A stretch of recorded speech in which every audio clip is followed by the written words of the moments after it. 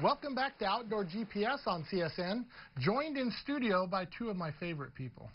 Mr. Jack Glass from Team Hookup Guide Service and Mr. Buzz Ramsey from Yakima Bait. So we have done a lot of fishing in the last month or so, right? I spent basically half of Buoy 10 in Buzz's boat, and it was awesome. And I got to play deckhand and got to... A netter. A net, oh yeah, and we lost one to a sea lion. That was a little dicey. That one was... yeah, a little scary. So we had a great time. I'm glad you guys are both in here. It was perfect timing to talk about some stuff. Let's get right to the deal that starts tomorrow at Fisherman's. Right, tomorrow through the rest of this month and for another week, and then through the entire month of October, we've got a buy three, get the fourth free deal like we've had in the past. And this one is on salmon-sized flatfish, so it includes an M2, T50, T55, T60, the giant T60, and the hognose flatfish. Those lures, buy three, get the fourth free, just in time for the fisheries that are going to start as these fish move into the tributaries and start invading the coastal rivers. Yeah, estuaries. Perfect timing. Now, we were talking a little bit earlier about a lot of people don't know that a maglip and a flatfish are completely different. And there's a time and place for everything, right? Right. So let's talk about why they would want to run a flatfish, let's say a 50 or a 55, versus a maglip in the fall for the Chinook and the coho. Jack can chime in on this, but flatfish is a real wide wiggle lure. Works great in slow water, although they'll handle current speeds up to 3 miles an hour or more. But flatfish has a wide wiggle. Traditionally, salmon-sized plugs in a big way have been fished with a dropper line, maybe a foot dropper, and then a leader of maybe 4 or 5 foot or more, maybe as much as 6 foot, but 5 foot's probably good. And they'll wrap it with a sardine wrap or maybe add a little tuna or whatever.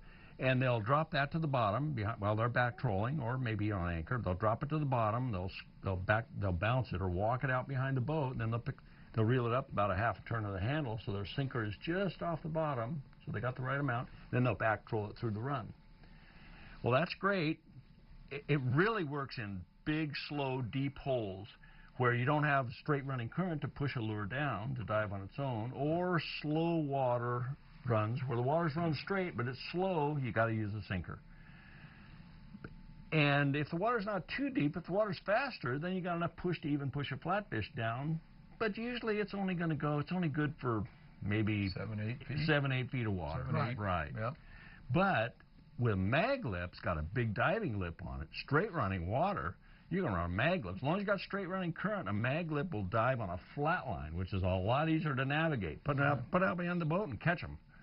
Well, and I'm guilty of this too, is that I fell in love with the maglips using 3.5s for steelhead. So you go, oh, well, they work so good, I'm going to use them. Right. And I got away from using the flatfish because I love the maglip so much. But there's a time, let's say someone wants to go out and they just want to drop the anchor, want to sit there and catch Chinook. Putting a flatfish with a tuna fish wrap, that has been the killer way to target these fish. And I would just normally put a maglip out.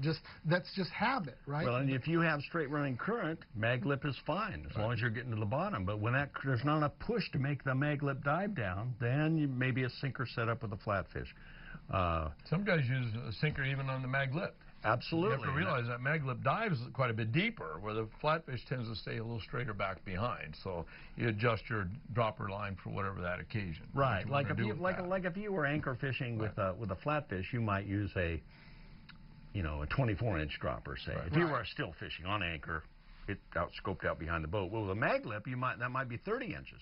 Because the maglip's, like Jack says, is going to dive down a little deeper. So a little longer dropper. I get this question all the time. I'm sure you do too. Sure. Yep. Yeah. Well, how long a dropper you use when you're fishing a maglip? That's it. They want, well, or the other question is, well, if I'm going, this speed, how deep is that going to dive if I'm flatlining it, not wanting to have to run weight and get hung up and all that stuff. And we talk about when the Columbia slows down, that tells you it's time to hit the coast. You know the coast. And back trolling plugs, same thing. My go-to is a maglip. And whether it's steelhead, the 3.5, or now the 4.5s for the salmon or whatever it is, but I don't grab for the flatfish, and I should. I mean, I love the action. It's a great plug, and with the deal. If you're just back trolling in straight running water, a maglip is the deal. It really is. I mean, I can't believe anybody would want to fish a sinker in straight running water when they could just sinker and have to bounce it out and everything. Isn't that If going they to can just affect put the a action? mag lip out. If I've got a weight on there, a dropper on a mag lip, isn't that going to affect some of that little hunt and search It's going we're to talking slow about? down the skip beat action. Right, which I don't want to do that. So if you want to run weight, throw it on your flatfish, right? Run it, and then if you're going to run flat line, then you run your mag lip so it's got all that awesome skip beat, right? Right. We've all played with the jet divers a lot.